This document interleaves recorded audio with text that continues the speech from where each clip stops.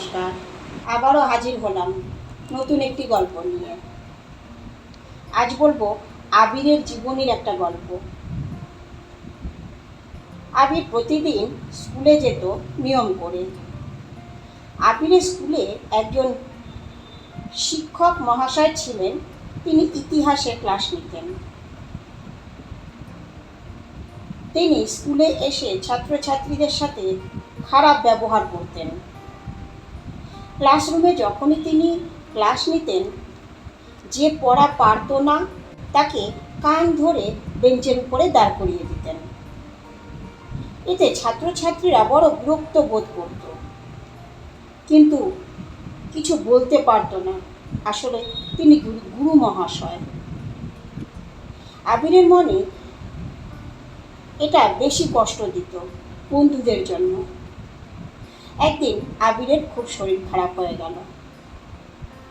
আবির সেদিন পড়া দিতে পারেনি।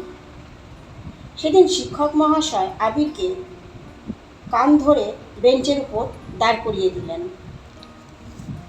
সেই দেখে ক্লাসরুমের সমস্ত ছাত্রছাত্রীরা শিক্ষক মহাশয়ের উপরে রাগ করে সবাই মিলে কান ধরে বেঞ্চের উপর দাঁড়িয়ে গেল।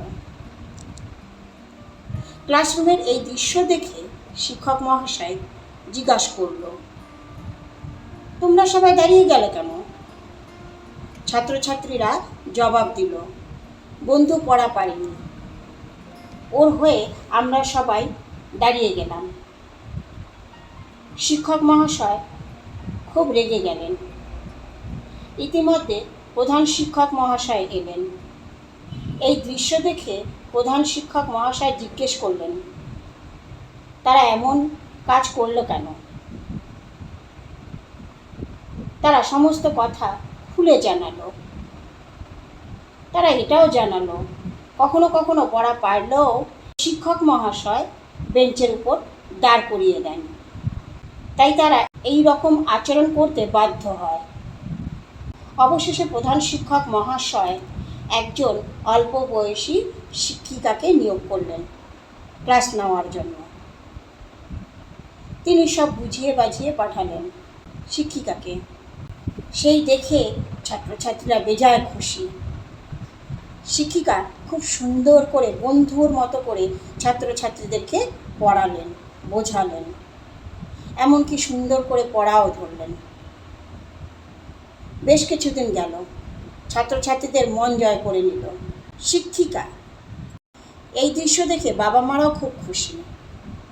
প্রধান শিক্ষক মহাশয় অবসর নিলেন এই স্কুল থেকে, কিন্তু ছাত্রছাত্রীদের মনে আজও গুরু হিসাবে শ্রদ্ধা ও প্রেম দুটোই বজায় রইল।